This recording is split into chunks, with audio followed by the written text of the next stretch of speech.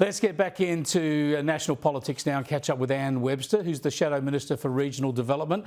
She's the member for Mallee in Victoria, but she joins us from Port Macquarie in New South Wales tonight. Good to talk to you, Anne.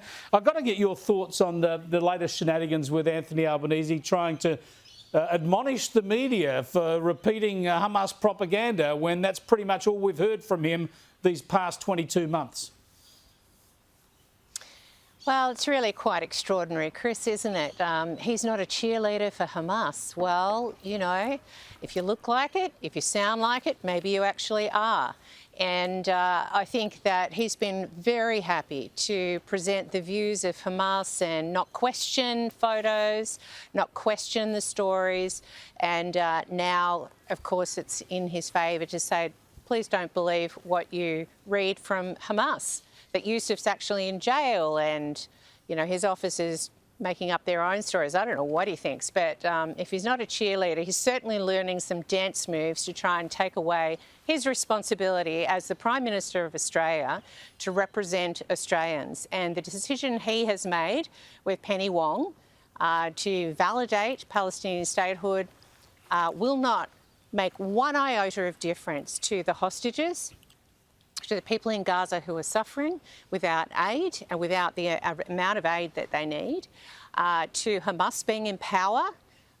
You know, these are things that are not going away because he's making what is really a localised political statement on the world stage.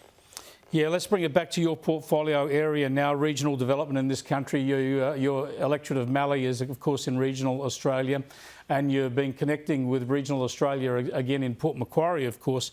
One of the new changes that could get a kick along in this economic summit next week is road user charges and a plan to bring it in firstly with heavy vehicles. Isn't this another hit that's going to attack regional Australia ahead of the rest of the country?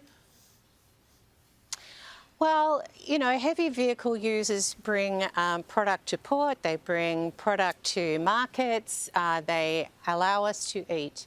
And our heavy vehicle users need to be supported, not punished.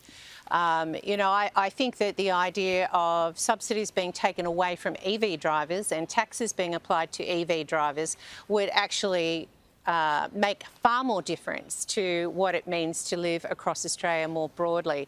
It just seems to me that Labor are so intent on ensuring that their urban electorates are looked after and they have no idea what goes on out in the regions. That's a good point. Rather than trying to impose new taxes to make up for the lack of petrol taxes on EVs, just get rid of all those subsidies and tax breaks that they now give to EVs.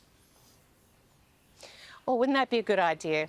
Honestly, if we just had some transparency about the subsidies that the Labor government has endorsed and is pushing through for EV drivers, for the renewable industry itself, I think Australians would be pretty horrified at the money that we are pouring down the drain for an ideology. Let's face it, that's what it is, and targets that are frankly not reachable. And everyday Australians and Australians out in the regions are the ones who ultimately suffer. Anne Webster, thanks for joining us. Appreciate it.